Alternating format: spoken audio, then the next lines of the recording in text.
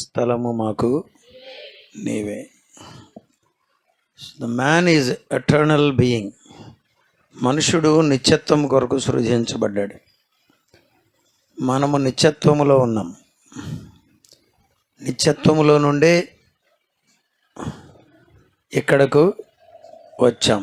మళ్ళీ ఇక్కడ నుండి నిత్యత్వములోనికి వెడతాం. ప్రభు ఇచ్చాడు అంటారుగా, ఈ బిడ్డను ప్రభు ఇచ్చాడయ్యా అంటే నీకు ఇవ్వక మునిపే బిడ్డ వేరొక చోట ఉన్నాడు. నువ్వు ఇక్కడికి రాక మునిపే వేరొక చోట ఉన్నావు. అది నిత్యత్వములో ఉన్నావు. నిత్యత్వము, ఎటర్నిటీ అంటే ఇక సమయముతో పని లేదు. సమయం అంటే ఏంటి? మనం అమ్మ కడుపున ఒక రోజు పుడతాం, ఈ లోకము నుండి మరొక రోజు దాటిపోతాం. ఈ మధ్యలో మనం రోజులు, సంవత్సరాలు, నీకెన్నేళ్ళు నీకెన్నేళ్ళు నీకెన్నేళ్ళు అంటాం. కొంతమంది ఏమో చెప్పడానికి సిగ్గుపడతారు, కొంతమంది ఎక్కువ చెప్పుకుంటారు, కొంతమంది తక్కువ చెప్పుకుంటారు. వయసుతో నానా తిప్పలు ఉన్నాయి. కానీ వాస్తవంగా దేవుడు మనల్ని నిత్యత్వంలో క్రియేట్ చేశాడు, సిద్ధపరిచాడు, సృష్టించాడు. కాబట్టి మనం ఎప్పుడో సృజించబడ్డాం. ఈ లోకములోనికి అమ్మ గర్భం ద్వారా వచ్చాం. ఆ వచ్చిన తేదీ మీకు తెలుసు. ఆ రోజే మీకు పాటలు పాడుతున్నారు, హ్యాపీ బర్త్డే అని. ప్రభువా, తరతరముల నుండి మాకు నివాస స్థలము. మనం అక్కడ ఉండేవారం. కానీ ఒక సంగతి చెప్పనా, అక్కడున్న సంగతులు ఇప్పుడు మనకెవరికి గుర్తున్నాయా? కొంతమంది ఎక్స్ట్రీమ్ అయిపోయి, ఇదివరకు నేను అక్కడ ఉండేవాడిని, మా ఇంటి ముందు అక్కడ పరలోకంలో 6 కొబ్బరి చెట్లు ఉండేవి ఎడ చెప్తారు. అంత లేదు.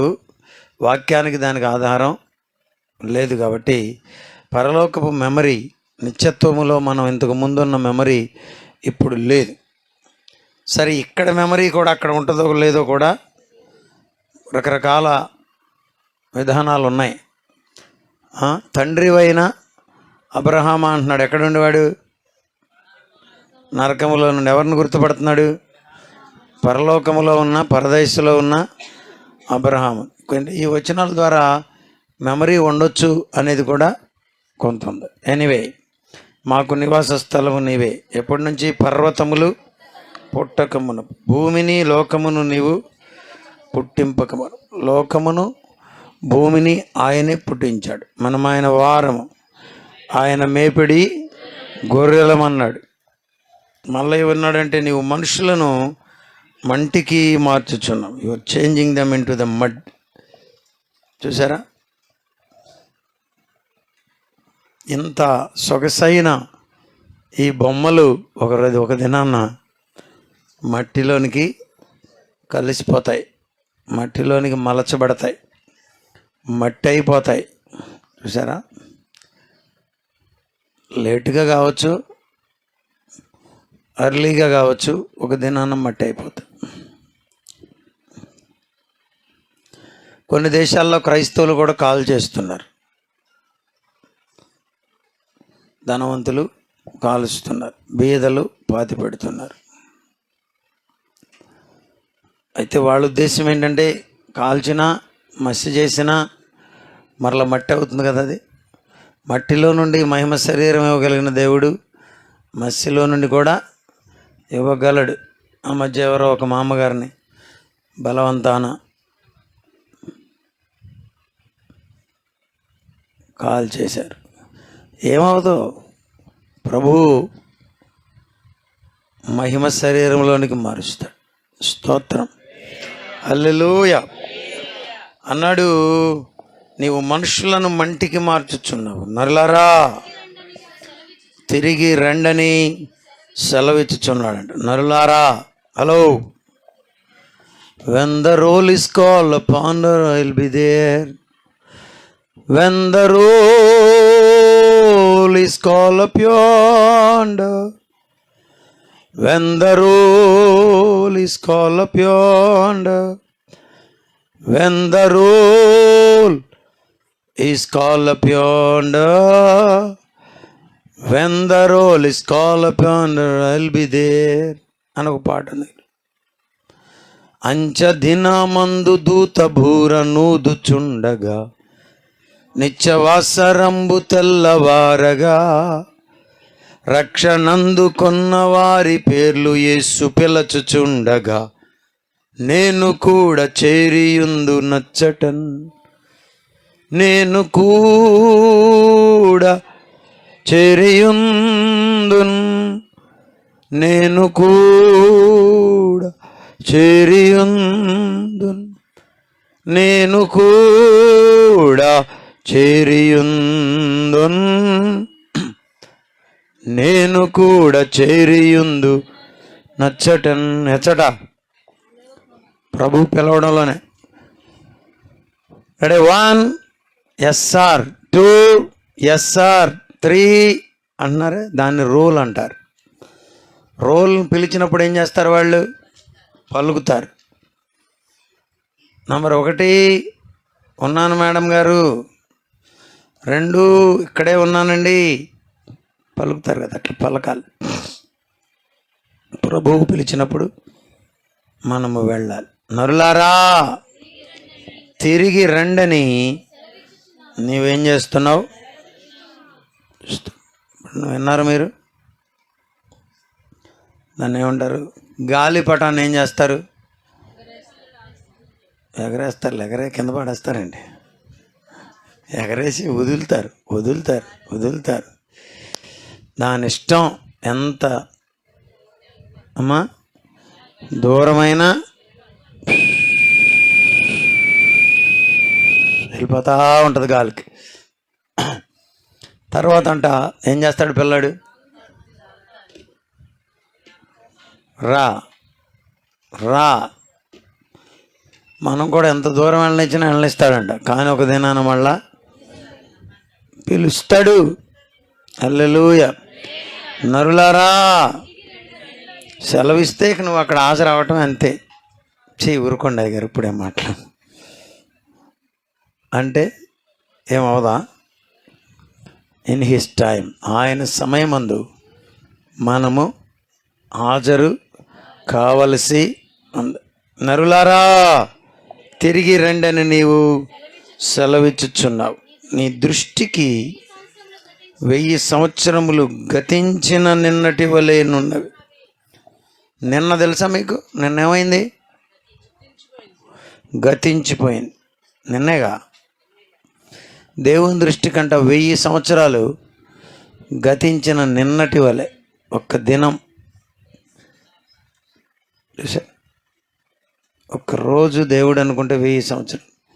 నీ దృష్టికి ఎంత పెద్ద దృష్టో కదా. దేవుని దృష్టికి అది చాలా చిన్నదన్నమాట. నీ దృష్టికి 1000 సంవత్సరములు గతించిన నిన్నటి వలె ఉన్నమాట. దేవునికి స్తోత్రం. దేవుని దృష్టిలో అది. మొన్న మీతో ఒక మాట చెప్పా. వాడు పుట్టు గ్రుడ్డివాడు. ఎన్నేళ్ళయిందో మనకు తెలియదు. 25 ఏళ్ళు అయి ఉండొచ్చు, 20 ఏళ్ళు అయి ఉండొచ్చు. యవనస్తుడు. శిష్యులు వచ్చి అడిగారు, ప్రభువా వీడి కనిన వారు పాపం చేశారు.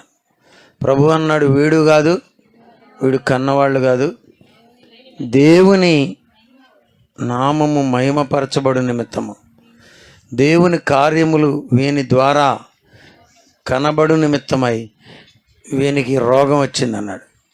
హల్లెలూయా. ఇప్పుడు చెప్పండి, ఎన్ని రోజులు ఆ రోగం? గుడ్డితనం ఎన్ని రోజులు? 25 ఏళ్ళు, సుమారు 20 ఏళ్ళు. ఏమండి, చిన్నపిల్లడేం కాదు, పెద్దోడు. వాడిని అడగరాదా? వాళ్ళమ్మ అంటే అంతకాడకు వచ్చేసాడు.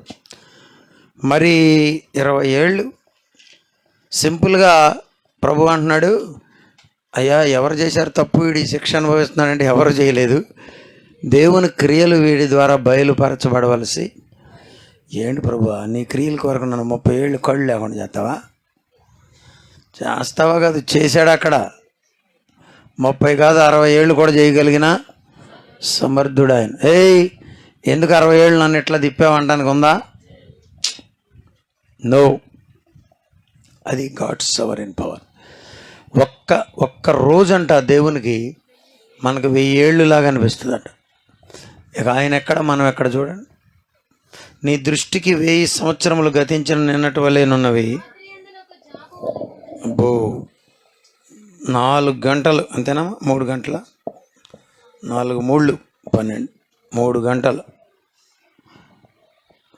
4 జాములు, 4 3 12, 3 గంటలు. ఇంకా దిగాడు అక్కడ. ఏం చెప్పాను ప్రభువా, ఒకరోజు 1000 సంవత్సరాల కాదు, ఒక జామే 1000 సంవత్సరాలు. మాకు 1000 సంవత్సరాలు పడితే నీకేమనిపిస్తుంది? ఒక జామ్ అనిపిస్తుంది. కాబట్టి దేవుని వాక్యంలో ఉన్న మాటలే. ఇంకేమన్నాడు? వరద చేతనన్నిటినీ వారిని పారగొట్టివేయగా వారు నిద్రిస్తారు. ప్రొద్దుట వారు పచ్చగడ్డి వలె చిగురిస్తారు. ప్రొద్దుట అది మొలచి చిగురించును, సాయంకాలం అది కోయబడి పొద్దుటంట పచ్చగడ్డి వలె చిగురిస్తారంట, రాత్రి అది మొలచి ప్రొద్దుట చిగురించును, సాయంకాలమున అది కోయబడి, అంటే ఇంతలో కనబడి అంతలో మాయమైపోద్ది అనడానికి గుర్తుగా చెప్తున్నాడు. ఇంకేమన్నాడు చూడండి. అమ్మో, ఆయన కోపం తెప్పించుకొని ఉంటే మంచిది. మీలో ఎంతమంది కోపం అంటే ఇష్టం? మీ అయ్యగారు చిరుబురులు ఆడుతున్నారు ఎంతమందికి ఇష్టం? అద్దుగద్దుగద్దుగండి, అలా ఉండాలి మీరు అంటున్నారు అనుకుంటారు ఎవరన్నా? ఎవరికైనా బాధే. ఏంటది? కోపం అంటే ఇష్టం. ప్రభు అంటున్నాడు ఇక్కడ, నీ కోపము వలన మేము క్షీణించు. చూసారా, దేవుని సన్నిధి విడిచిపెట్టినాక దావీదుకు దేవుడు కృపచూపగా పలికిన మాటలు ఇవి. దేవునికి స్తోత్రం, హల్లెలూయా. దావీదు అన్నట్టున్నాను, మోషేకు దేవుడు కృపచూపగా పలికిన మాటలు ఇవి. దేవునికి స్తోత్రం. సాయంకాలం అనేది కోయబడి వాడబారును.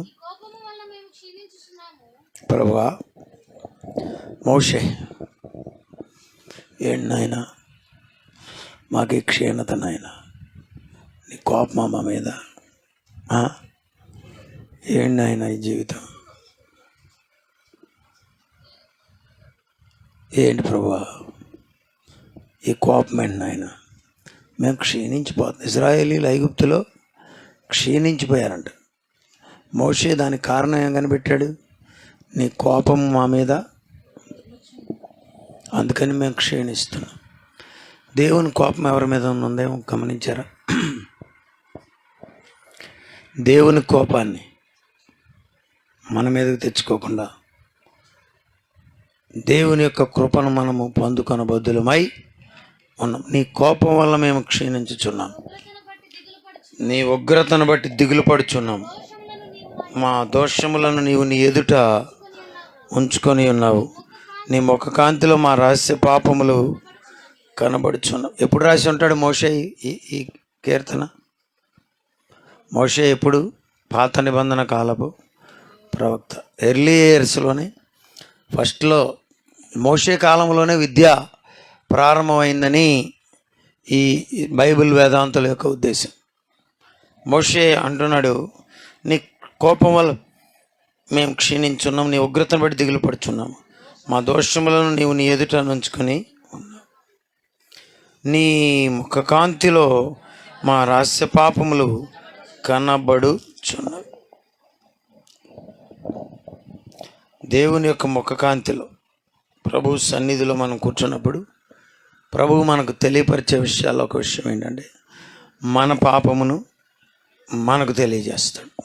దేనికోసం? నిందించడానికా, బాధించడానికా కాదు, ఒప్పుకొని మారు మనసు పొందుతామని. స్తోత్రం, హల్లెలూయా.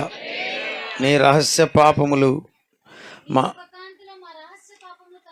మా రహస్య పాపములు కనబడుచున్నాయి. నీ ఉగ్రతను భరించుచుని మా దినములన్నీ గడిపాం. స్తోత్రం. ఎట్లా గడుపుతున్నారంటే ఇశ్రాయేలీలు అట్లా ఉందా మీకు కూడా భక్తి? ఏంటో నాయన, రోజు రోజు దినదినము చాలా కష్టంగా ఉంది పాస్టర్ గారు, అసలు నా వల్ల కావట్లేదండి అంటున్నారా? లేకపోతే మీలో కూడా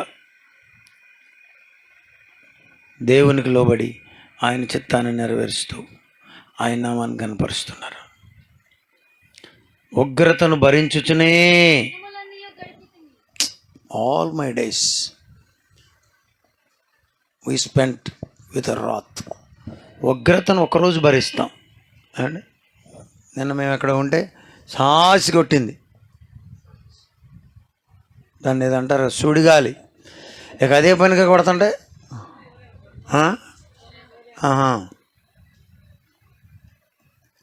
ఉగ్రత, నీ ఉగ్రతను భరించుచునే మా దినములు గడిపామయ్యా.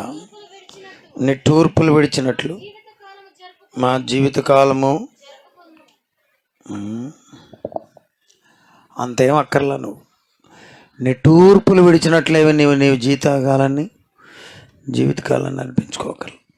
ప్రభువుతో గడిపితే చాలు. స్తోత్రం, హల్లెలూయా, ఆమేన్. నిట్టూర్పులు విడిచినట్లు మా జీవితకాలమును, మా ఆయుష్కాలము 70 ఏండ్లు, అధిక బలమైన 80 సంవత్సరములు. అయినను వాటి వైభవం ఆయాసమే, దుఃఖమే. అది త్వరగా గతించు, మేము ఎగిరిపోతాం. నీ ఆగ్రహ బలం ఎంతో ఎవరికి తెలియను. దేవునికి స్తోత్రం, ఆమేన్. మన ఆయుష్కాలం వాక్యం ప్రకారంగా ఎన్నేండ్లు? 70. ఎన్నేండ్లు చెప్పండి? అధిక బలం ఉంటలే 80. ప్రభువు మనకి ఈ కాలంలో ఇచ్చిన వయస్సు అది. ఇంకా బహు జాగ్రత్త పడి ఇంకొక 20 ఏళ్ళు కొడతామంటే కొట్టండి, ఇబ్బంది ఏమి లేదు. కానీ దేవుని పని చేస్తే మంచిది, దెయ్యం పని కంటే కూడా. స్తోత్రం. మా జీవితకాలము 70 ఏండ్లు.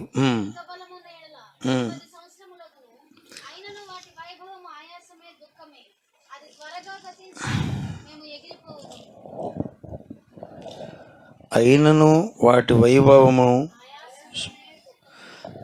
వృద్ధులైన తర్వాత ఏముంటుంది? ఆయాసం. ఇంకేమొస్తుంది? ప్రతిదానికి. ఇప్పుడు బాగానే ఉంటావు వయసులో, ఎవరు కనపడితే వాళ్ళని కొడతావు. ఇప్పుడు బాగానే ఉంటావు దేవుని బిడ్డలుగా, కానీ ఆశలో ఉన్నప్పుడు ఆశతో రావాలి. ఎన్ని పడతాయి?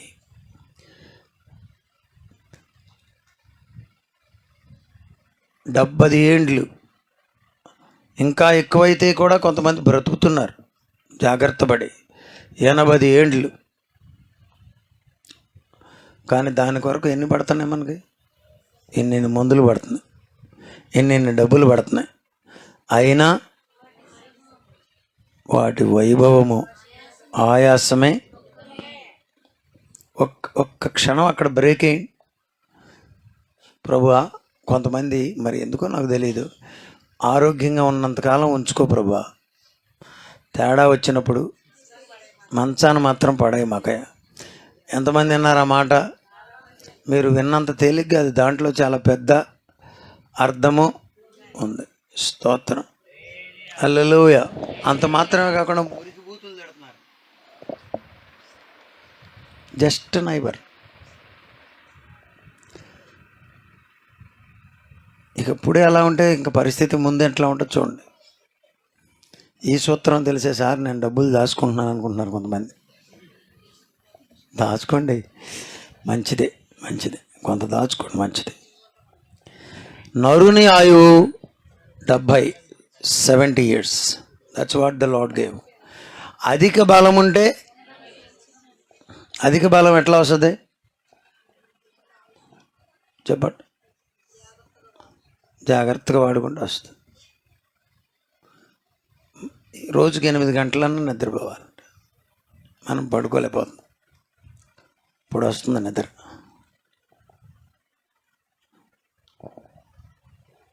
మంచి ఆహారం తినాలి, కాపాడుకోవాలి ఆరోగ్యాన్ని.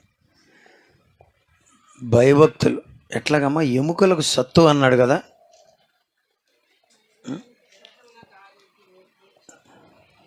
దేవుని సన్నిధి సామెతల్లో 3:7 అంట.